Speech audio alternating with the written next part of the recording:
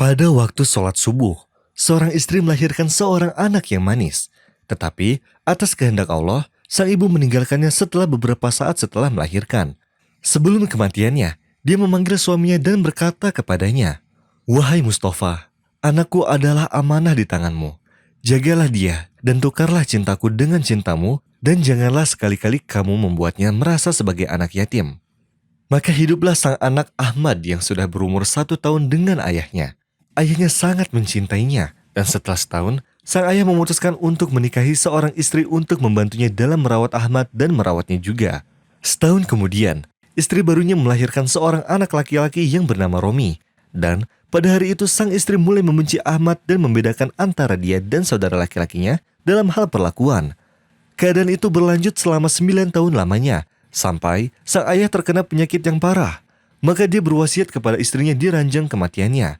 Dia berkata, "Jagalah kedua anakku, dan jangan kamu bedakan di antara keduanya.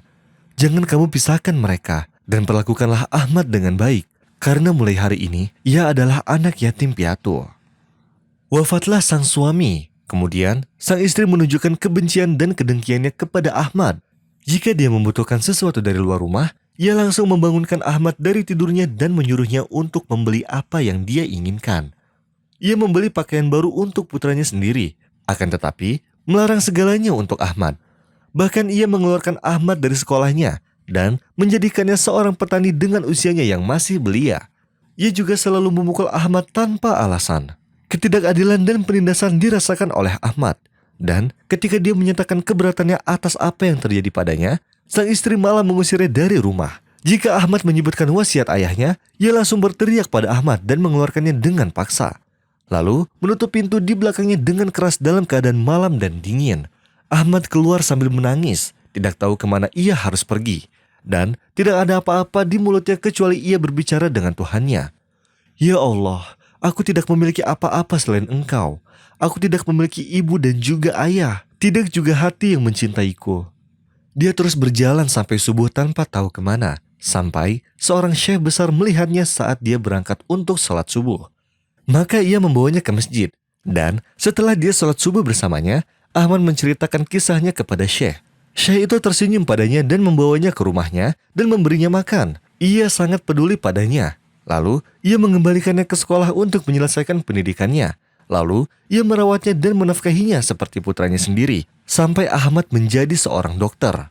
Hari demi hari dan tahun demi tahun berlalu, Ahmad menjadi dokter besar. Suatu hari dia dihubungi oleh rumah sakit untuk segera datang, dikarenakan adanya seorang pasien yang dalam situasi darurat, yang mana semua dokter telah putus asa dengannya, karena penyakitnya telah menggerogoti seluruh badannya. Maka Ahmad dengan cepat memasuki ruangan pasien tersebut.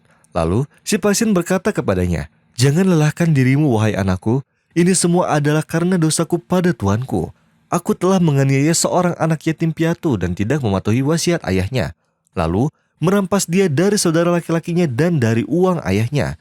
Di mana kamu? Oh Ahmad, seandainya kamu melihatku saat ini dan tahu betapa Allah itu adil, dan tahu bahwa aku menjaga hakmu dari ayahmu." Ahmad tahu bahwa pasien ini adalah istri ayahnya. Maka ia menangis dengan keras seraya berkata kepadanya, "Saya adalah Ahmad, putra suamimu dan saudara laki-laki Romi. Saya memaafkanmu dan saya meminta Allah untuk memaafkanmu juga. Saya telah mencari kelembutan ibu saya yang belum pernah saya lihat, tetapi iblis telah masuk di antara kita. Semoga Tuhan mengampuni dan memaafkan ibu." Di sini Romi mendengar perkataan kakaknya dari luar kamar. Lalu, ia bergegas masuk dan memeluk kakaknya seraya menangis. Lalu berkata kepadanya, "Maafkan kami saudaraku. Demi Allah, sejak kamu meninggalkan rumah, kebahagiaan tidak pernah datang ke rumah kami. Dan Allah telah membalas untukmu.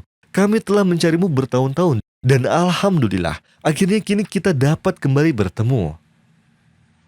ولا تقربوا مال اليتيم إلا بالتي هي أحسن حتى يبلغ أشده وأوفوا الكيل والميزان بالقسط لا نكلف نفسا إلا وسعها وإذا قلتم فاعدلوا ولو كان ذا قربى وبعهد الله أوفوا ذلكم وصاكم به لعلكم تذكرون وأن هذا صراطي مستقيما فاتبعوه ولا تتبعوا السبل فتفرق بكم عن سبيله ذلكم وصاكم به لعلكم تتقون